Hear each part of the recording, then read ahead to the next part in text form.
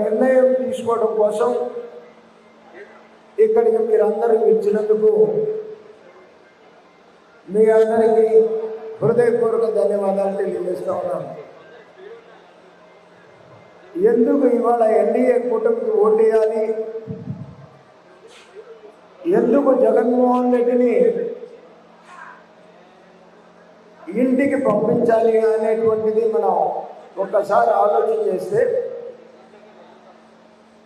ఒక్క అవకాశం అని చెప్పేసి అధికారంలోకి వచ్చినటువంటి జగన్మోహన్ రెడ్డి అధికారంలోకి వచ్చిన మరుక్షణం నుంచి కూడా విధ్వంసంతో మొదలుపెట్టినటువంటి మాట మనం చూస్తూ ఉన్నాం. ఈ రాష్ట్రంలో ఉన్నటువంటి వ్యవస్థలన్నీ కూడా సర్వనాశనం చేసి తానొక్కడే ఈ రాష్ట్రంలో బాగుండాలి అనేటువంటి ఒక సిద్ధాంతంతో ముందుకెళ్తున్నటువంటి వ్యక్తి జగన్మోహన్ రెడ్డి. ఇంతవరకు నాకు దగ్గరగా 50 సంవత్సరాల రాజకీయ జీవితం అనుభవం ఉంది. 1973లో నేను జిల్లా ఎన్ఎస్ఏ అధ్యక్షుడిగా ఆ రోజు నుంచి ఈ రోజు వరకు కూడా రాజకీయాల్లో యాక్టివ్గా ఉన్నాను. 5 ముఖ్యమంత్రుల దగ్గర పనిచేసినట్టు. కానీ ఏ ముఖ్యమంత్రి కూడా సారాయి అమ్ముకున్న ముఖ్యమంత్రిని ఇంతవరకు నేను చూడలా. ఏ పార్టీ అయినా కానీ సారాయి ముఖ్యమంత్రి అమ్ముకుంటున్నాడు, ఇసుక ముఖ్యమంత్రి అమ్ముకుంటున్నాడు. ఈ రాష్ట్రంలో ఉన్నటువంటి మైనింగ్ మొత్తం కూడా ముఖ్యమంత్రి చేసుకుంటున్నాడు. ఎర్రచందనం ముఖ్యమంత్రి చేస్తున్నాడు. గంజా ఈ రాష్ట్రంలో విచ్చలవిడిగా దొరుకుతున్నటువంటి పరిస్థితి ఉంది. ఈ రాష్ట్రం శాంతి భద్రతలు లేకుండా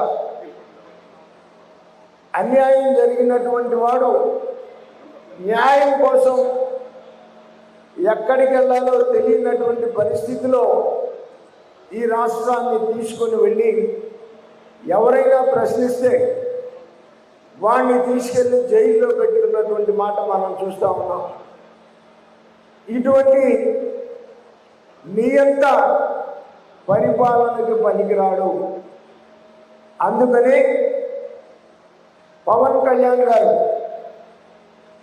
ఎన్ని అవమానాలు చేసినప్పటికీ కూడా తనని తన కుటుంబ సభ్యుల్ని కూడా అవమానపరిచిన, ఎందుకంటే అవమానపరిస్తే పవన్ కళ్యాణ్ గారు పొత్తు పెట్టుకోరు అనేటువంటి ఒక ఉద్దేశంతో అనేక రకాలుగా అవమానపరిచినప్పటికీ కూడా ఈ రాష్ట్రం కోసం, ఈ రాష్ట్ర భవిష్యత్తు కోసం ఆయన తెలుగుదేశం పార్టీతో పొత్తు పెట్టుకోవడం జరిగింది.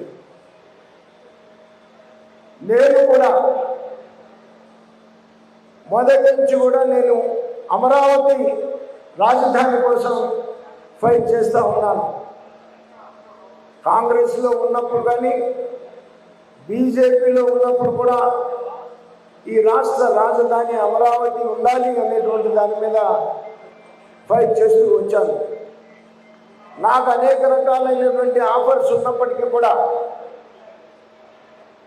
ఈ రాష్ట్ర రాజధాని కానీ పోలవరం నిర్మాణం కానీ ఒక్క చంద్రబాబు నాయుడు గారితో నేను సాధ్యమైనటువంటి ఒక విషయంతో తెలుగుదేశం పార్టీలో చేరడం జరిగింది. రాష్ట్ర భవిష్యత్తుని దృష్టిలో పెట్టుకొని మనం ఉంటాం పోతాం లెక్క కాదు. విభజన తర్వాత ఈ రాష్ట్ర అభివృద్ధి ముఖ్యం. ఈ అభివృద్ధిని దృష్టిలో పెట్టుకొని మరి మేమంతా కూడా ఈ రోజున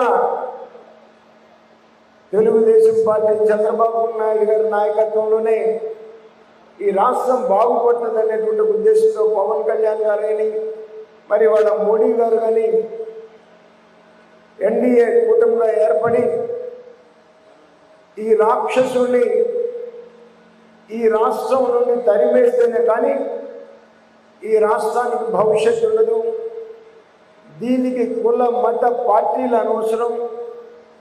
పార్టీ రహితంగా, కుల రహితంగా ఇవాళ మనం ఎన్డీఏ అభ్యర్థుల్ని గెలిపించుకోవాల్సినటువంటి అవసరం మనకుంది. ఎందుకంటే మన ఆస్తులు రక్షించుకోవాలన్నా, మీ అందరు ఇందులో రియల్ ఎస్టేట్ వ్యాపారాలు చేసేవాళ్ళు చాలామంది ఉండుంటారు. రెవెన్యూ యాక్ట్లో అమెండ్మెంట్ తీసుకొచ్చినారు. కోర్టు అధికారాలు తీసేసి ఆర్టీఓలకు అధికారాలు ఇచ్చినటువంటి పరిస్థితి. రేపు ఎవడన్నా వచ్చి మీ పొలంలో కానీ మీ ఇంట్లో కానీ ఈ ఇల్లు నాది అంటే చెప్పుకోవడానికి కూడా దిక్కులేని పరిస్థితి. జగన్మోహన్ రెడ్డి మళ్ళీ కనుక ముఖ్యమంత్రి అయితే లోకల్ బాడీస్ ఎలక్షన్స్ అప్పుడు చెప్పాం, కార్పొరేషన్ ఎలక్షన్స్ అప్పుడు, మున్సిపల్ ఎలక్షన్స్ అప్పుడు మళ్ళీ వైసీపీకి ఓటేస్తే చెత్త పన్ను వస్తుంది అని, ఆస్తి పన్ను విపరీతంగా పెంచుతాడు అని పెంచడా లేదా? చెత్త పన్ను వేసాడా లేదా? అలాగే ఇవాళ మళ్ళీ చెప్తున్నాను, పొరపాటున మళ్ళీ కనుక జగన్మోహన్ రెడ్డి అనేటువంటి వాడు అధికారంలోకి వస్తే మన ఆస్తులు మనవి కావు. ఇవాళ విశాఖపట్నంలో ఈ కడప గుండాలు వచ్చి అందరి ఆస్తులు ఆక్రమించుకొని భయపెట్టి తుపాకులు చూపించి కత్తులు చూపించి వాళ్ళ ఆస్తులు రాయించేసుకున్నటువంటి మాట విశాఖపట్నంలో 5 సంవత్సరాల్లో. అలాగే ఈ రాష్ట్రం మొత్తం కూడా ఈ దొంగల ముఠా బారిన అందరూ పడాల్సినటువంటి అవసరం ఉంటుంది. చెప్పుకోవడానికి దిక్కులేని పరిస్థితి అవుతాము. అందుకని మరొక్కసారి మనం అందరం కూడా మన ఆస్తులు మనం రక్షించుకోవాలన్నా, మన ధన మాన ప్రాణాలు కాపాడుకోవాలన్నా ఖచ్చితంగా జగన్మోహన్ రెడ్డి అనేటువంటి వాడు మళ్ళీ రావడానికి వీల్లేనటువంటి పరిస్థితి. దీన్ని దృష్టిలో పెట్టుకుని ఇవాళ ఎన్డీఏ అభ్యర్థులుగా ఇక్కడ శాసనసభకు గుంటూరు పశ్చిమ నియోజకవర్గానికి గల్లా మాధవ్ గారు, పార్లమెంటు సభ్యుడిగా మరి పెమ్మసాని చంద్రశేఖర్ గారు, వీళ్ళిద్దరూ పోటీ చేస్తున్న సందర్భంలో మరి సైకిల్ గుర్తు మీద ఓటేసి వీరిద్దరిని మీరు గెలిపించడానికి సహకరిస్తారని చెప్పేసి మీ అందరినీ కోరుతూ సెలవు తీసుకుంటున్నాను.